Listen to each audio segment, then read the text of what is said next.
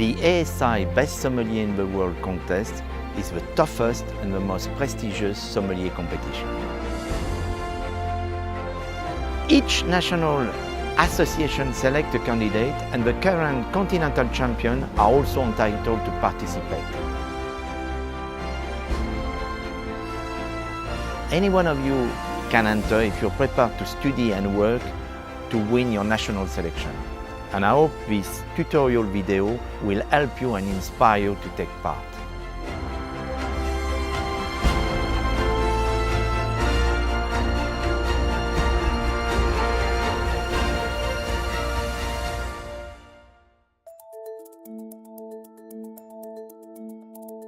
Here we are, the best sommelier in the world competition. The competition takes place in 3 stages: first round, semi-final and final. This is the first test of the first round. You have to do a blind testing, a written blind testing of 2 wines in 20 minutes. So, the very first task is a blind testing of 2 wines, a white wine and a red wine. And here what the judges are looking for is a description, a well-documented description of the appearance, the nose and the palate of the wine, and of course that the candidate gives a great conclusion in terms of food and wine combination, in terms of capability to age of the wine, temperature of service, and so on, if the wine needs to be decanted or not. And of course, identification of the wine as closely as possible. Grape, country, region, vintage. And all that will be used by the judges to give a mark. They have 20 minutes, 10 minutes per wine. The candidate needs to write very well, but the judges are capable to read their answer, and that's very important because sometimes under stress, the candidate can write very quickly, and then it's very difficult for the judge to read the answer, so very, very important. In an exercise like that, it's very important that the candidate avoid to go off track. The good candidates have a great methodology, so for each wine they start by the same way in order not to avoid. Sometimes a candidate can avoid for one wine to refer to the acidity, to the alcohol, to the tannin if it's a red wine and so on. So if you forget to mention one of these aspects, then of course you're missing some point. We are not expecting someone to give us the name of the chateau or the estate, but we are looking for if it's what type of grape or if it's a blend of grape.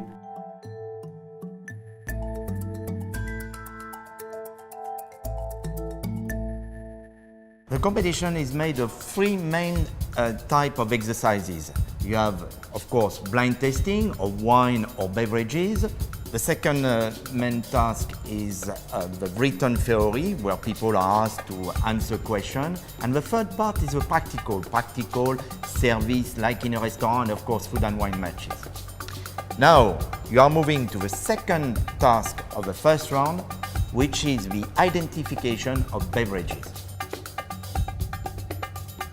The second test of the first round was a blind tasting of 4 spirits, but it wasn't a blind tasting where the candidates had to describe the spirit, they simply had to identify them. They had 4 minutes and the spirits were served in black glasses, which of course make it more difficult because you cannot use the color of the spirit to think if it's a brown spirit or a white spirit. So you're really using the aroma of the spirit and of course testing the spirit. We had a rum, a vodka, a tequila and a gin.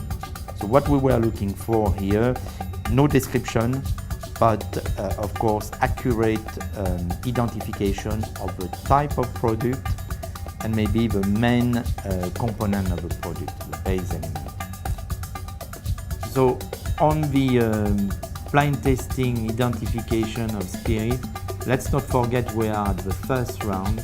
We have 60 candidates and we weren't trying to trick the candidate. We just wanted to see who are the candidates who can recognize some classic family of spirit.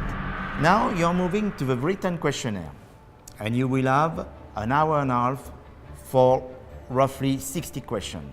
And of course, you can do it in 3 languages, English, French, or Spanish, but you cannot do it in your own language, your native language, you cannot.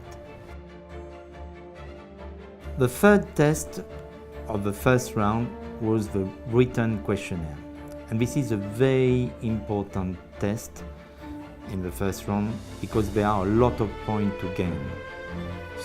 The candidates have an hour and a half to complete that task. There are a lot of questions, 60 questions, but even many questions at sub-questions. There will be questions on viticulture, winemaking, obviously grape synonym. There would be map, where the candidate will have to position certain regions.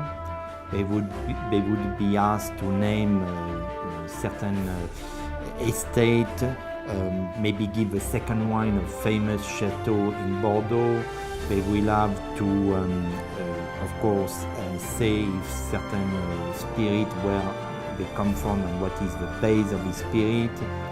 Also some cocktail, give a recipe of some cocktail.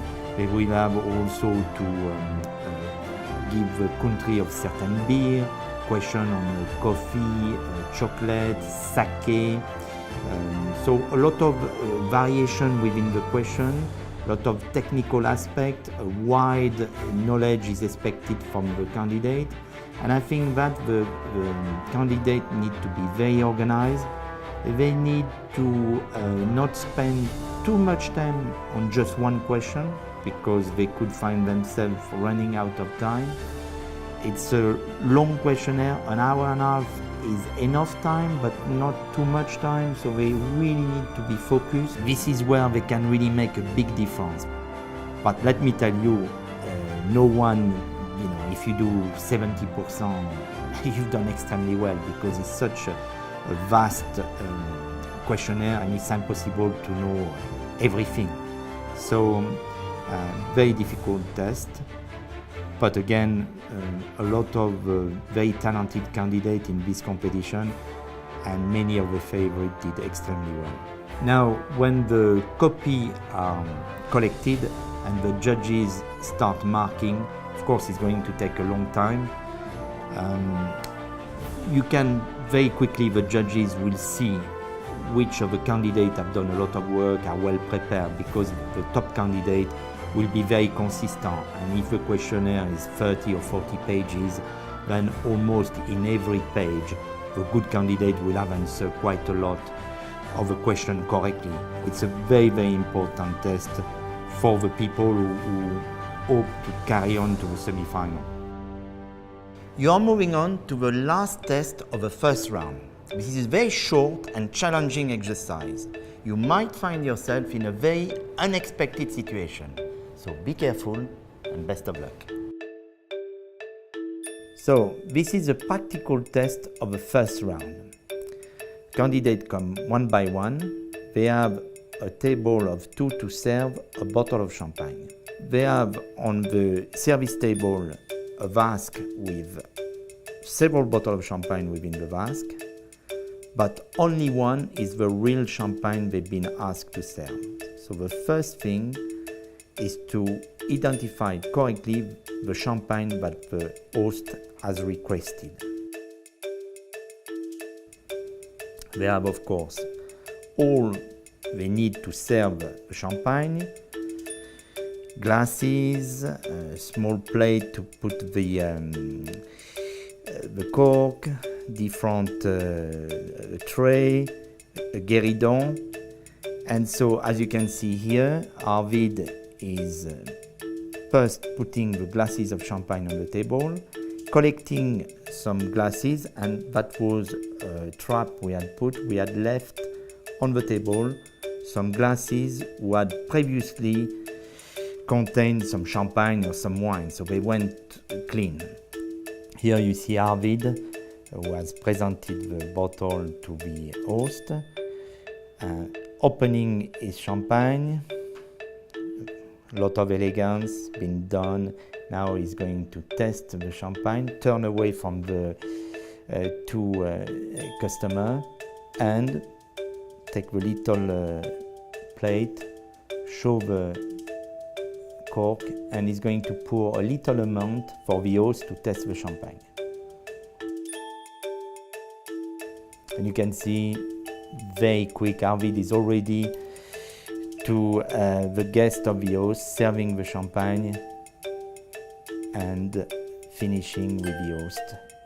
So it's been done very quickly, very properly. The bottle has been, the right champagne has been served. The dirty glasses have been eliminated. So all what we were looking for has been achieved.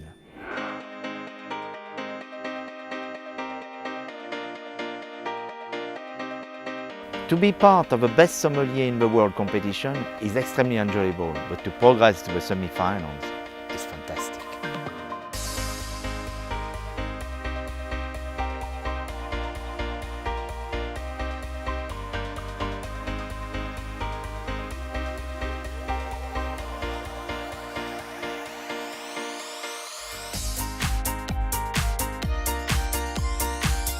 To take part in the semi-final, you need to be one of the top 15 candidates of the first round.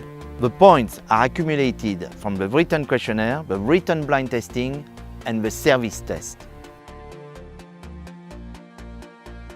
For a semi-final, you will be tested on service, general knowledge, and blind testing, but the level of difficulty will rise dramatically. For the first test of a semi-final, you will have to identify 6 beverages in a written test. Best of luck. The beverages were a beer, a cider, a sake, an aquavit, a pisco, and a whiskey. Again, the beverages were served in black glasses. It was a written test, and the candidate had 3 minutes, and for each beverages, 5 points were awarded. We don't have time to describe, so we are looking for, they can find the family, the type of product is where they are going to get the mark. All the tasks of the competition are prepared by the technical committee, and only the members of the technical committee know about the task. Great care is taken that no information could leak outside, as of course that could advantage a candidate. Now, you are going to do the second test of the semi-final, the written questionnaire. So we ask them some questions we require more thinking, capable to develop, explain certain technique in the vineyard, in the winery, also some food and wine combination and so on. So really the job of a sommelier. There are also some questions within this questionnaire which are classic questions for sommelier competition about region, about different products. It's a slightly different type of questionnaire, and of course the level of question more difficult than in the first round.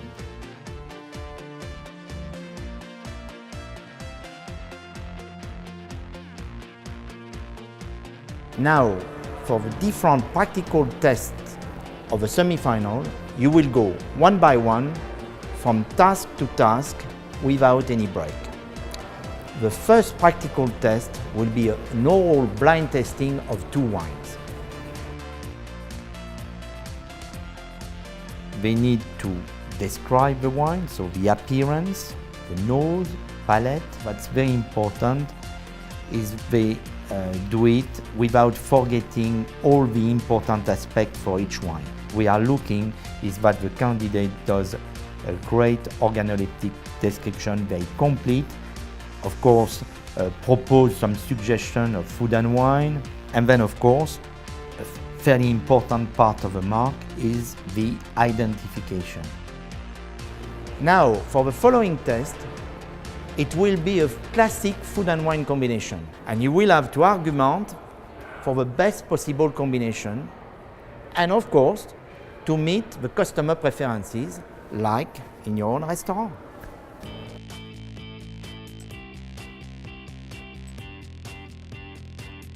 We were expecting that most candidates would say the white wine, but it didn't matter. Whatever wine the candidates select, we had the second part of the task was to say, actually, my guest would like the other wine. Because what we wanted to see is, like in a restaurant, the sommelier is sometimes confronted with customers who don't always have very classic taste. Then that he was able to come with an argument why, after all, the wine would go as well. We had obviously on purpose selected a fairly light style of red wine, not too very tannic, but it could go with the dish. But we wanted to see the ability of the candidate to come with a good reasoning. But we were judging the appearance, the way the candidate expressed, the friendliness, you know, how he deal with the customer, how he listen to the request of the guest. Like in a restaurant where you expect your sommelier to be very open, to be very friendly, welcoming, and to be attentive to what really the guests want. Now, as you are going through a series of tasks, it is very important that you keep total focus and great energy. Because remember, only 3 candidates will go through to the final. And every task is important. The next task is a recommendation of a port by the glass and the commercial testing of a fortified wine.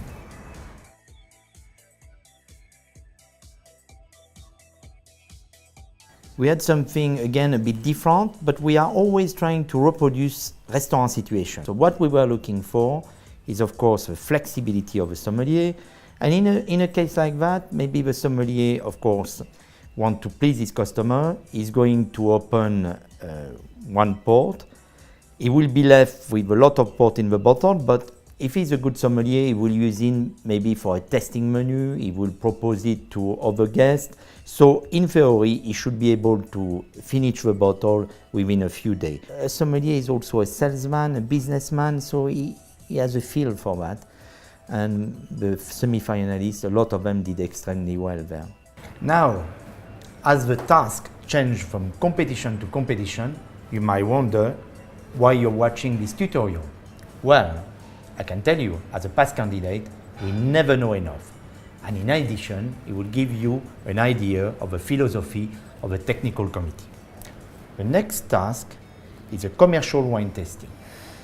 By telling the candidate to serve the fortified wine in the best possible way, we were expecting them to test the fortified wine, say a few words of description, to serve it in the right glass, and to give to the guests some melon and some blue cheese. And if the sommelier, the candidate, and some candidate did exactly that, then of course they were scoring a lot of points. In addition, of course, like for every service task, we expect manners, friendliness, politeness, being quick, without rushing the customer, but to be very efficient, very organized, checking that the glasses are clean, and so on and so on. So we wanted to see the whole. So in fact, this task was very difficult because it was testing each candidate on many, many points.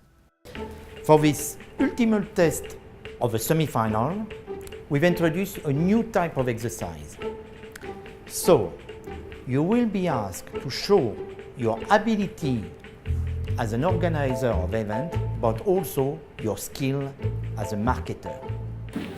An international club of wine lovers arrive in Mendoza next Saturday. It's their first time in Argentina. They are 30 people, men and women, aged around 40. I heard they have already talked with several restaurants for an evening about wine from Argentina. We must have them here. I count on you to make an appealing proposal. You have 5 minutes for this task. What we were expecting from the sommelier is to be imaginative, but to be also very business-minded, so which means that they were thinking of a budget. And when we saw Paz there, Paz really thought of a business. He thought of maybe getting a bit of sponsoring from a winery in order to reduce the cost, but make it attractive for the guest and also good event financially for the restaurant. So we were judging the business skill of the sommelier, which is very important. It's not just a question of being, capable to serve a bottle well. It's also capable to think ahead and to be capable to organize like a head sommelier should be. For the final, each candidate draw a number, and this number will determine the order he or she will compete in the final.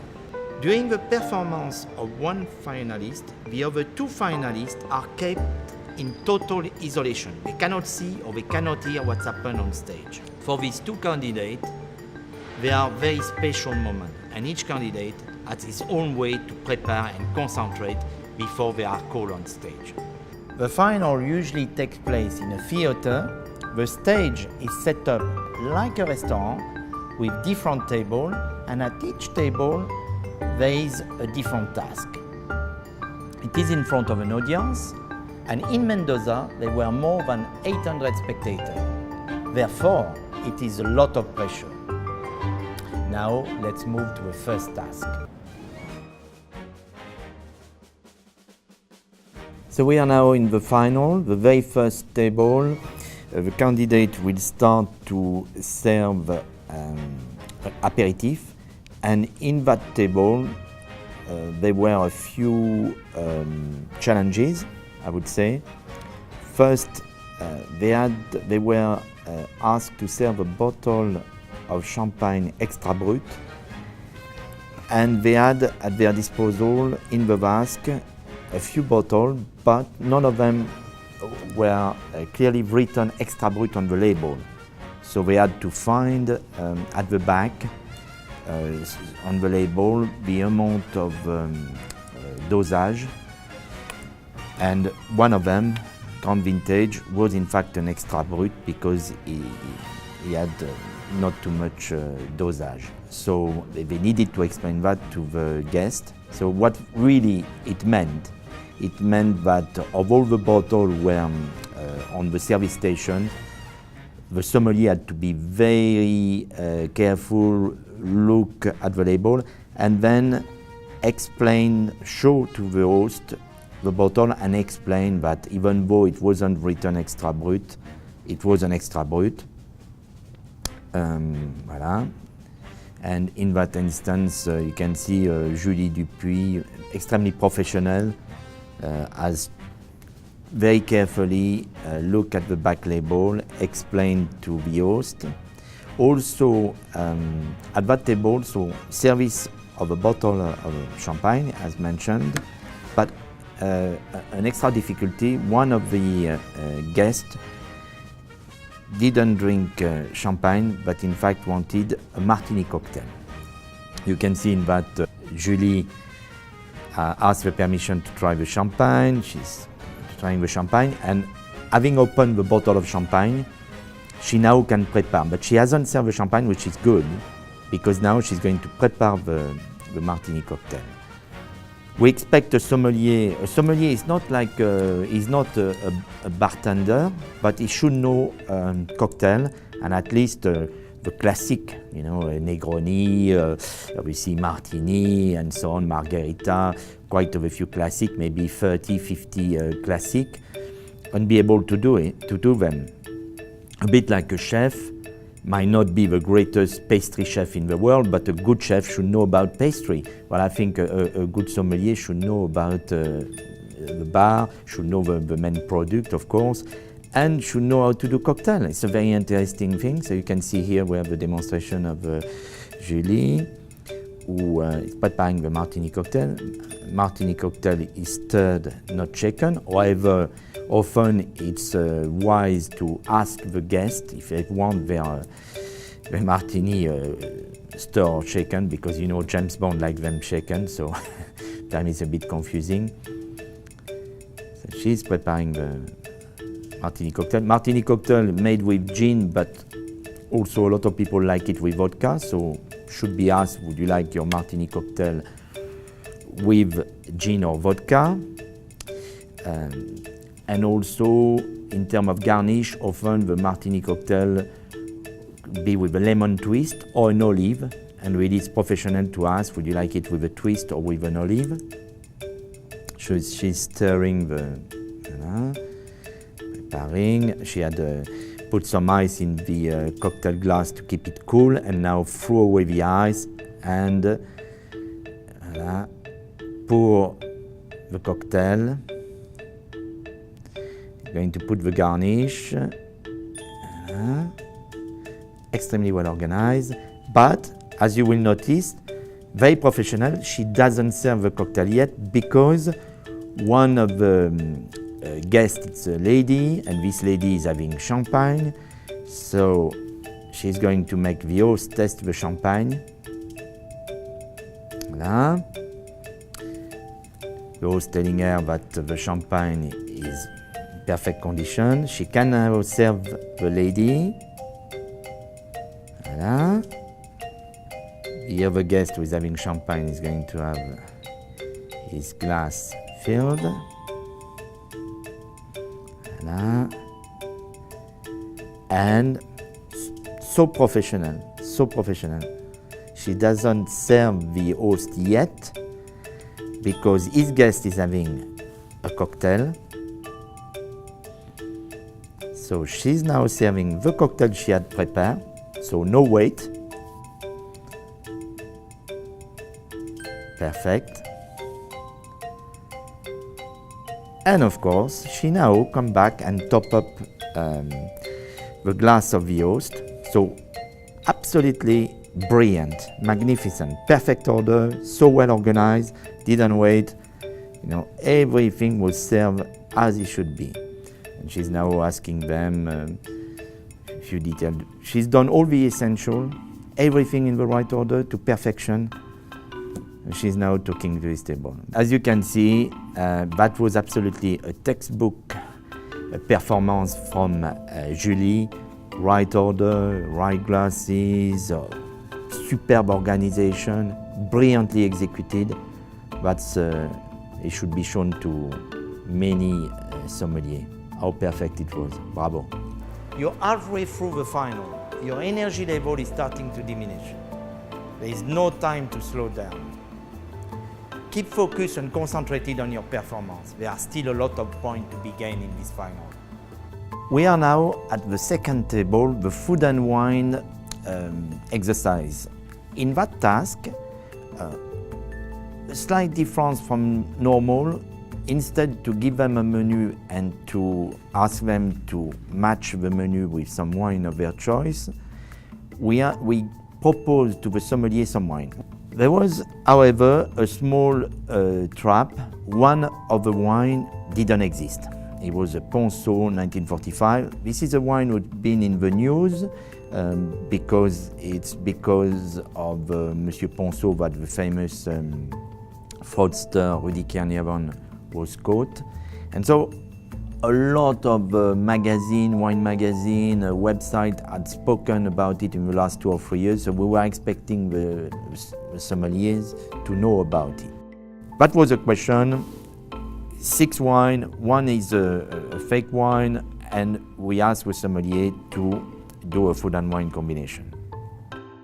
The judges were expecting, of course, as you would want, a very professional sommelier who would describe the wine very well, would know about these wine because they are all iconic wine, would match the wine in, first of all, decide the order of the wine in terms of their lightness, their body, and so on. So to try to think the best possible order of the wine, and then find some interesting dishes to match each wine. And if you want to do some extra, then why not? You might get extra mark or you might not, but you won't waste mark by proposing some ideas. So in that case, he suggests a champagne. The worst thing could happen is the judges say, no, thank you, we want to go to the wine straight away. He wouldn't have lost any mark anyway. So to be imaginative, but the important thing, of course, is to do what you require first, which is, make sure within 6 minutes you've found a great menu, great order, and also alluded to the fact that one of the wine wasn't a real wine. And that's certainly not as easy as it looks, but Arvid did very well. A sommelier must know not just about food and wine, but also about coffee. Let's watch our next task. Just after the food and wine, we also had a small task concerning coffee, And the idea was for them to suggest coffee and also to combine the coffee with either a spirit or liquor, because of course that's one of the job of a sommelier at the end of the meal, to suggest tea, coffee, and also digestive. So really that was a short task, but complementary to the task of food and wine. And the sommelier did very well on that task. For each task, every detail, every word, every move the candidate makes is analyzed by the judges. Now let's watch the table with the service of wine. Now we move to the table for the service of wine. It was quite a difficult table because there were 6 people at this table. They had to serve a magnum of red wine and decant it, asked by the host, and that was what they were told straight away. So, of course, in a case like that, they have to be well organized, making sure their guéridon is prepared, check the cleanliness of the glasses, put the glasses on the table, and because in that instance the magnum was standing up, they didn't have to use a basket, because if they use the basket, we mean that they are going to put the bottle horizontal and disturb the sediment. So they needed to tell the host and start. But in that task, there was a little trick. When they were serving the second guest, at that moment, the host say, "Oh, by the way, one of my guests," and pointed out the gentleman, doesn't drink red wine. He would like a glass of white wine. And on the service table there was a box bottle, so classic bottle from the Franken region. We were expecting the sommelier to, of course, delighted, serve the magnum to the people who were drinking red wine, but not finishing to pour the host, because again his guests should be served first. So come back, serve some white wine to the person who was going to have white wine, explain and describe the wine, and then finish with the host the red wine, as the host was having red wine like his guest, except the person who was having a white wine. So a lot of points to be marked in terms of the organization. The judges wanted to see a sommelier who is well organized, professional. It had to be fairly quick, because there were a lot of aspects to be done during this performance, and really pour the wine properly, not too much, enough, right order. Decanting the magnum, pouring the magnum, pouring some white wine to the person who was having a glass of white wine, finishing with the host for the red wine, describing well the wine, and all that, in a professional manner. So,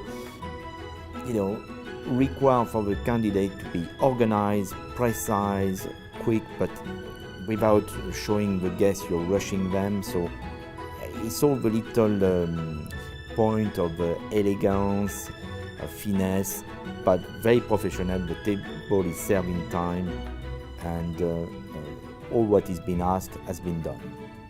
We are now going to move to the series of blind testing.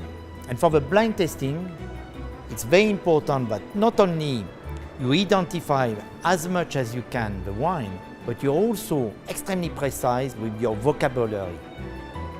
The candidates are now moving to the oral blind testing, and for, this year we did a series of blind testing. So we had, first of all, 3 white wine, 2 pear and 1 white wine, and they weren't asked to describe, because of course we only had a very short time.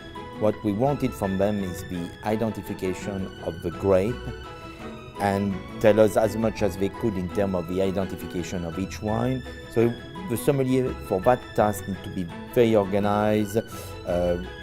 He still has 2 minutes and 30 seconds, so he must take his time, doesn't want to jump too quickly into a conclusion, take his time to compare the three wine and then what the judges are expecting as they come with the identification of the wine. So that was one task. Second task of the blind tasting was a classic organoleptic description, so full description of the wine and identification of the wine. The third task, for the organoleptic of the second task was a white wine. Then for the third blind tasting, we had again free wine, no description, free red wine. We gave them a bit more time. Some of them were very classic red wine, so red wine normally require a bit more time, so it's why we gave them an extra minute compared to the very first blind tasting where they had just free white wine. The fourth one was a full organoleptic description of a fortified wine, and then when we had done that, we gave them a commercial exercise where we asked them that a customer was thinking to use this wine for 50 people for a function, and we wanted them to sell the wine to the customer and really make them dream. So that was the task, and that we wanted them to be very positive, to be, coming with great reason why we should select this wine and make us really want to drink this wine and buy it and select this wine for the function. And now the next task is the identification of beverages.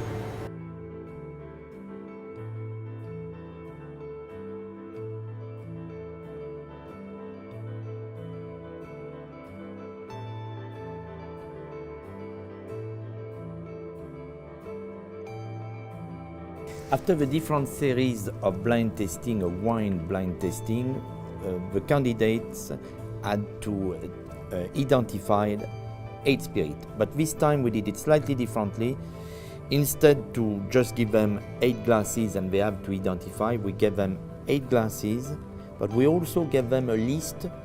In fact, it was a piece of paper with a different label, so in effect they knew the spirit, but of course they had to find which one was match the list. So it was a question of looking at the list and then testing and saying, oh, I see they propose a rum, a whiskey, and so on. And so it was a bit easier, but still you have to be organized, because it's easy to start giving once you match the wrong one, then you have to come back. So it was a question to 3 minutes. The candidate really to be organized, smell all the glasses first, take their time, and when they were sure of one, say number 3 is this one, eliminate, and so on. So it's a question to be very, very organized, precise. Don't rush. Look at the labels, and of course some were relatively straightforward because different colors of spirit. Nevertheless, not as easy as it looks, but I think the candidates did a great performance. As a sommelier, your job is to buy, select, and write the wine list of your restaurant. It is therefore very important that this wine list has no mistake. This is what we are going to see in the next task. One of the tasks always proposed in a final is the correction of the wine list, because of course for a sommelier it is very important, and the sommelier of a restaurant will write the wine list, and the wine list should be written properly without any spelling mistake, and of course mistake of associating a wine in a different region and so on. It needs to be very precise and exact. So for this exercise, we normally propose 8 slides. So 8 slides. Each slide has 3 wine, and there is always a mistake. So 1 mistake per slide. We expect the candidate to point out the mistake and to tell us what the mistake is. It's not enough to just say wine number 2 is not correct.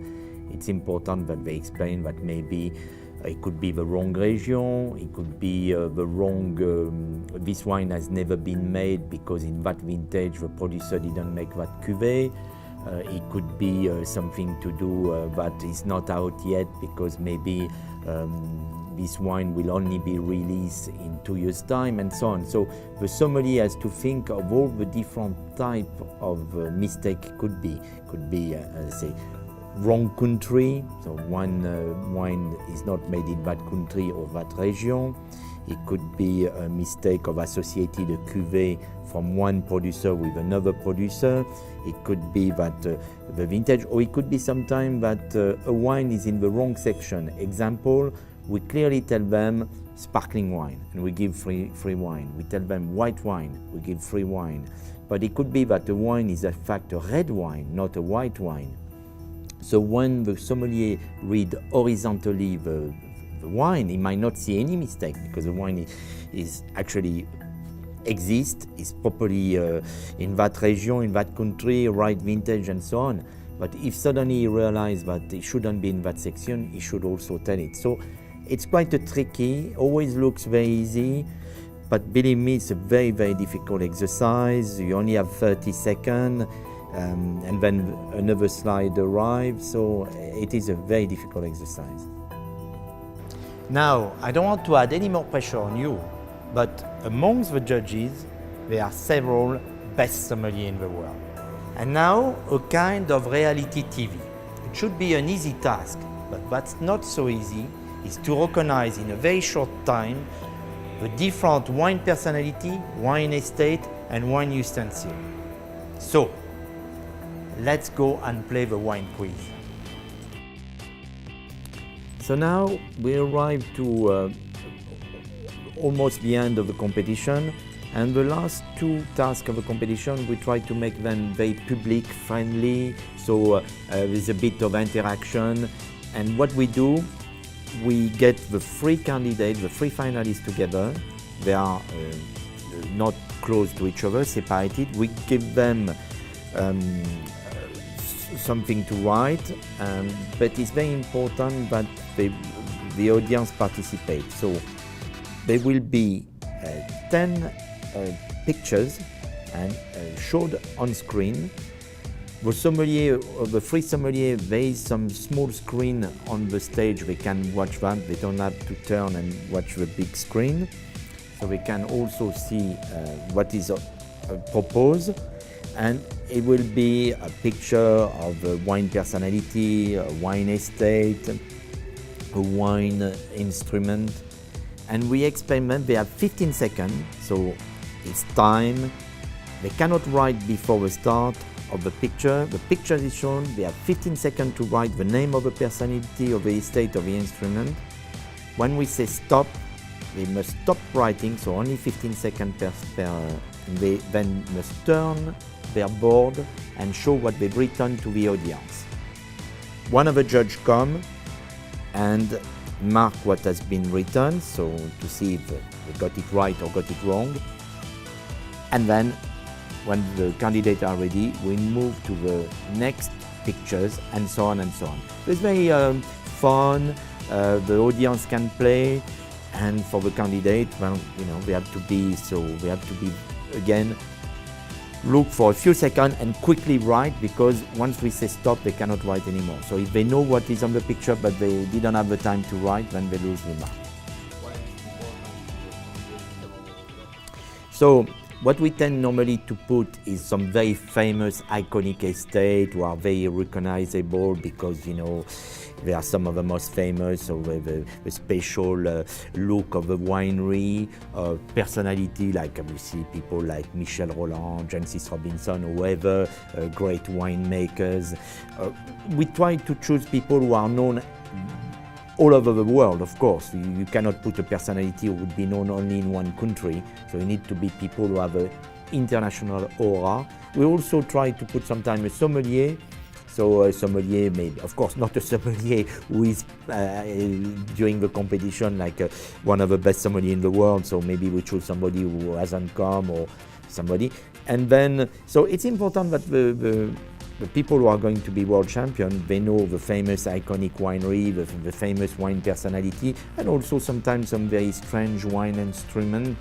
So it's a bit of fun, but under the aspect of fun, very serious nevertheless. What is important to a sommelier to know about the wine? Well, it's important that the sommelier know personality estate, because in a restaurant he'll be confronted with guests who might ask him some question about this wine personality, the wine estate and so on. So the sommelier needs to have a wide culture of wine, and so that's very important. And now the grand finale, the service of a magnum of champagne.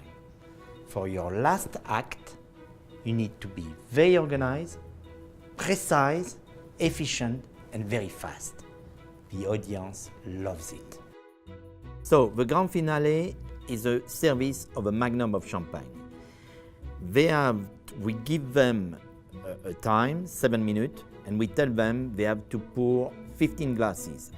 They have a mise en place, but the trick this year is we put 28 glasses, 15 of one size and 13 a different size. And they were slightly mixed, the glasses, obviously the same for the three candidates. We had done the same exact mise en place.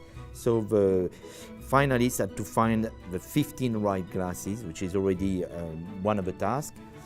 Then, once they put these 15 glasses, they have to pour, and the trick is to pour the whole magnum. We want them to finish the magnum. So if there is a little bit of left, say very little, obviously they don't get penalized, but if we put one extra glass for us, for the judges, with a line, and we come at the end and we pour the remaining of the magnum, and if it goes above the line, then they get penalized. They also need to have filled, we don't want the opposite, like for instance, they pour too much in 13 glasses and they cannot pour in the last 2 glasses. So it's very important that they do 15 glasses. We also want them to do roughly at the same level, and as I said, finish the magnum. The difficulty is they cannot come back onto a glass. So if they are pouring, say, glass number 2, and they move to glass number 3 and they start pouring some champagne in glass number 3, they finish. They cannot come back to the first 2 glasses, they have to carry on. It's the rule, because if not, it would be too easy, they could adjust, they could, so we want. And why this exercise is important? Because in a restaurant, if you have a customer who say order a bottle for 9 people, you order a very expensive bottle of champagne, then the sommelier has to understand that he's going to pour maybe just a small amount in each glass, but he wants to make sure every guest has some champagne. You cannot come back to the host and say, well, I'm terribly sorry, I could only do 7 glasses, because the host will say, well, I don't want to buy another bottle. So obviously, if the host asks something a bit stupid, like 15 glasses with 1 bottle, then of course we have to tell him, well, shall we prepare 2 bottles?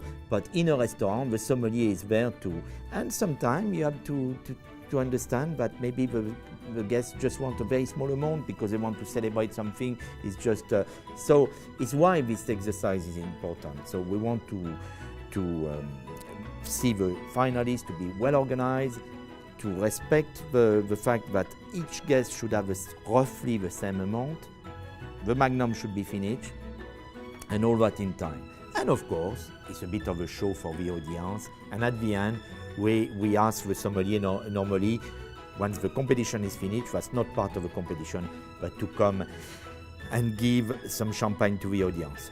So, one little advice, if you're in the audience, always sit at the front, because you might get a glass of champagne.